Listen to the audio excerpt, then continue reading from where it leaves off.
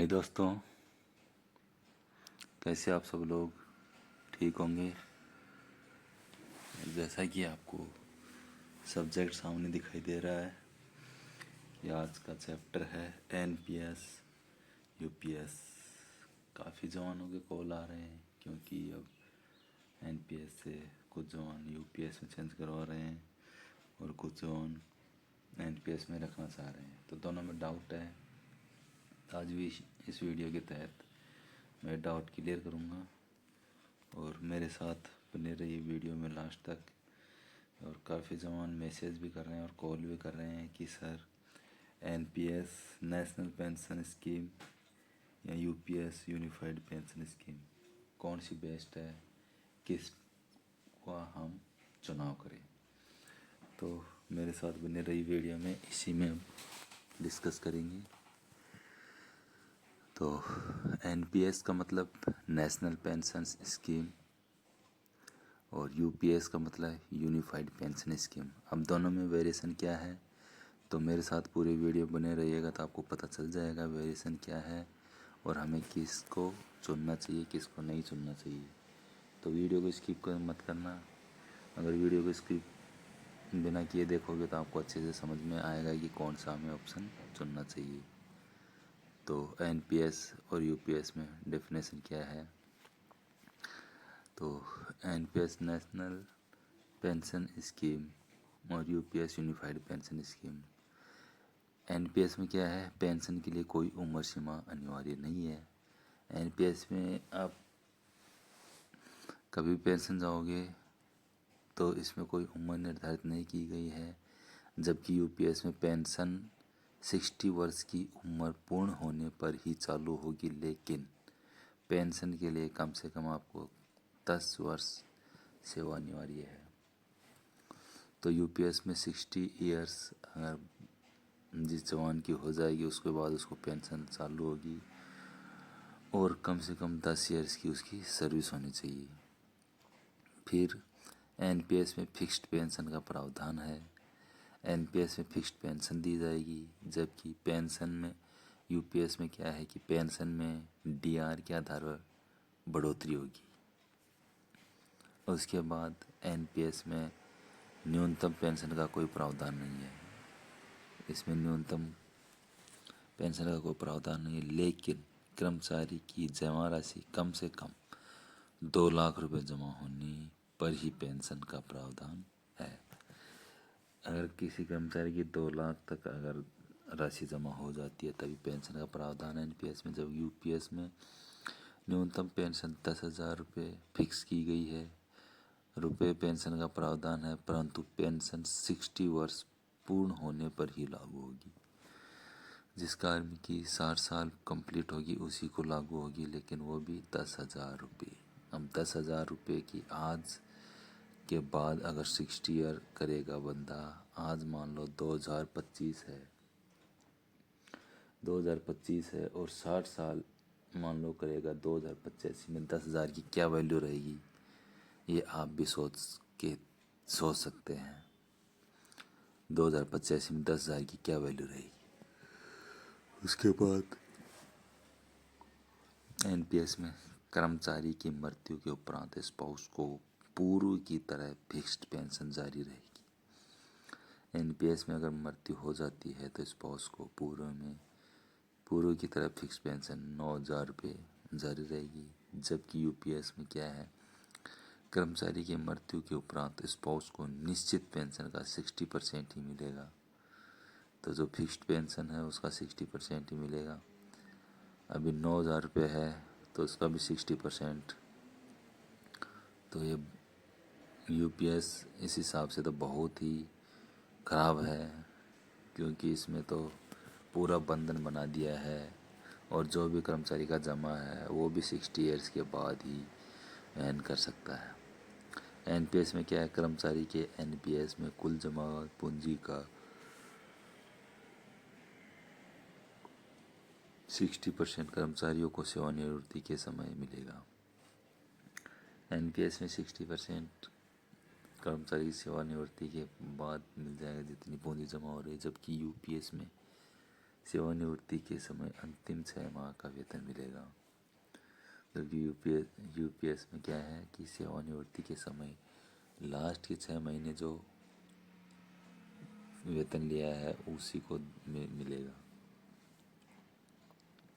इसके बाद एनपीएस में शेष 40% सरकार लाइफ इंश्योरेंस कंपनी के पास जमा रहेगा। जो कर्मचारी की मृत्यु उपरांत स्पाउस को मिलेगा। यदि स्पाउस उक्त राशि नहीं लेना चाहते तो फिक्स्ड पेंशन ले सकते हैं। एनपीएस में सुविधा है कि 60% तो आपको उसी टाइम दे दिया जाता है और शेष 40% लाइफ इंश्योरेंस कंपनी को जमा कर दिया जाता है, जो कर्मचारी की मृत्यु के उपरांत स्पाउस को मिलेगा। यदि स्पाउस उक्त राशि नहीं लेना चाहे तो फिक्स्ड पेंशन में ले सकता है। इसके बाद यूपीएस में सरकार के पास जमा रहेगा, जिसमें जमा राशि निकालने का कोई प्रावधान नहीं है। जो आपको 40% है वो सरकार के पास ही जमा रहेगा, उसमें से आपको कुछ भी नहीं दिया जाएगा। उसके बाद एनपीएस में क्या है कि एनपीएस में सेवानिवृत्ति के समय 60 कुल जमा राशि 5 लाख से कम है, उस परिस्थिति में संपूर्ण जमा राशि निकासी का प्रावधान है। यदि एनपीएस या सेवानिवृत्ति के समय कुल राशि 5 लाख से कम है तो वो पूरी राशि निकाल सकता है। उसके बाद यूपीएस में क्या है, यूपीएस में इस प्रकार का कोई प्रावधान नहीं है। यूपीएस में कोई प्रावधान नहीं है, जो पैसा जमा हो गया वो जमा हो गया, लेकिन उसको कंपलसरी 10 ईयर सर्विस करनी ही पड़ेगी यूपीएस में, जबकि एनपीएस में ऐसा नहीं है। एनपीएस में प्लान बदलने का ऑप्शन 2020 से लागू हुआ है, साथ ही सरकार द्वारा निर्धारित किए गए फंड मैनेजर को भी बदला जा सकता है। इसके बाद यूपीएस में भी फंड मैनेजर को बदलने का कोई ऑप्शन नहीं है, जबकि एनपीएस में फंड मैनेजर को बदलने के कारण होने वाले लाभ व हानि के आधार को अंतिम भुगतान राशि मिलेगी तथा पेंशन प्रभावित होगी। इसके बाद यूपीएस में फंड मैनेजर को बदलाने पर राशि का पर लाभ हो या हानि संपूर्ण राशि सरकार के पास जमा रहेगी, पेंशन प्रभावित नहीं होगी। तो एक पॉइंट लगा है मुझे इसमें, यूपीएस में फंड मैनेजर को बदलने पर राशि पर लाभ हो या हानि संपूर्ण राशि सरकार के पास। ये तो सरकार अपना फ़ायदा देख रही है, इसमें किसी जवान का कोई फ़ायदा नहीं है। एनपीएस में सरकारी या स्पाउस की मृत्यु उपरांत से 40% जमा राशि नॉमिनी हो गई। ये तो पहले भी पढ़ लिया है हम। और यूपीएस में स्पाउस को कोई राशि जमा नहीं, मृत्यु के उपरांत जमा राशि दे नहीं है। उसके बाद एनपीएस में जमा राशि के शेष 40% राशि के आधार पर कर्मचारी की पेंशन निर्धारित की जाएगी। तो 40% जो रहता है उस कर्मचारी पेंशन निर्धारित की जाती है उस पर। और यूपीएस में कर्मचारी को दे अंतिम 12 माह के मूल वेतन के औसत वेतन का 50% plus DA dearness relief pension दी जाएगी।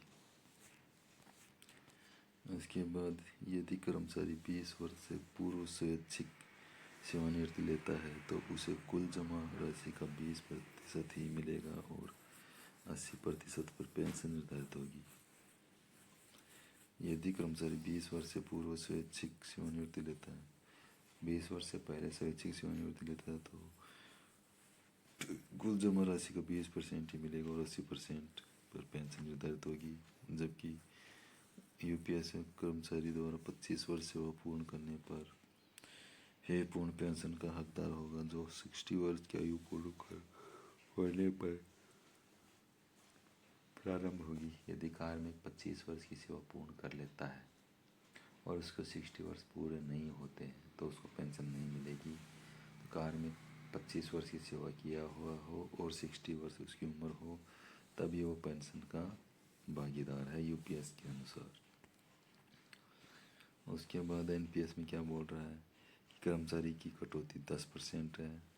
यूपीएस में कर्मचारी की कटौती 10%, ये सेम है।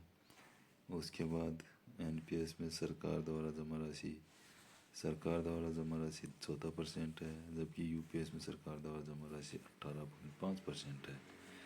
उसके बाद एनपीएस बाजार जोखिम पर आधारित है, क्योंकि रिटर्न बाजार से जुड़े फंडों के प्रदर्शन पर निर्भर करता है, जबकि यूपीएस में बाजार जोखिम पर ही आधारित है, लेकिन यह एक सुनिश्चित पेंशन राशि प्रदान करता है।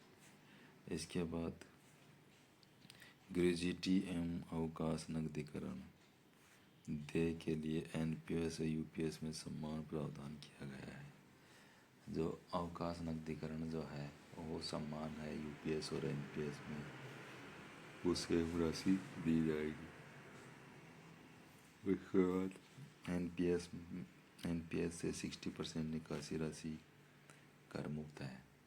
अगर एनपीएस से हम 60% राशि निकालते हैं तो कर मुक्त है, इनकम टैक्स फ्री है।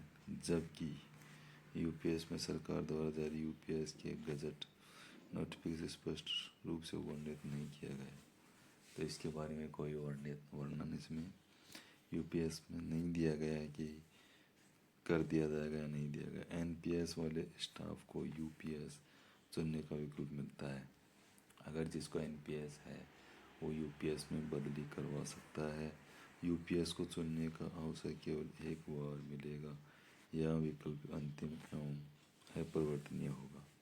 यूपीएस में आप एक बार ऑप्शन चेंज कर लेते हैं तो उसको आप बदल नहीं पाएंगे, वही रहेगा, अपरिवर्तनीय रहेगा। इसके बाद नेक्स्ट एनपीएस में क्या है, कर्मचारी को सेवा से बर्खास्त निष्कासित स्वैच्छिक सेवा पर भी पेंशन का प्रावधान है, जबकि डिसमिस बर्खास्त और स्वैच्छिक सेवानिवृत्त जाते हैं तो उनको पेंशन का प्रावधान है। जबकि सरकारी कर्मचारी को सेवा से बर्खास्त निष्कासित होने पर पेंशन का प्रावधान स्पष्ट नहीं किया गया है। ये पेंशन का स्पष्ट नहीं किया गया है कि कार्मिक अगर सेवा से निष्कासित होता है, डिसमिस सेवा से सेवानिवृत्ति जाता है तो उन कार्मिकों को पेंशन दी जाएगी या नहीं दी जाएगी। तो इन सभी बिंदुओं पर मुझे तो एनपीएस ही अच्छा लगा है, जिसमें सुविधाएं अच्छी हैं और जवान को इतना लॉस नहीं होता। इसमें यूपीएस में केवल सरकार का फ़ायदा है, इसीलिए सरकार UPS system unified pension system लेके आई है। तो यही था एक छोटी सी भी जानकारी।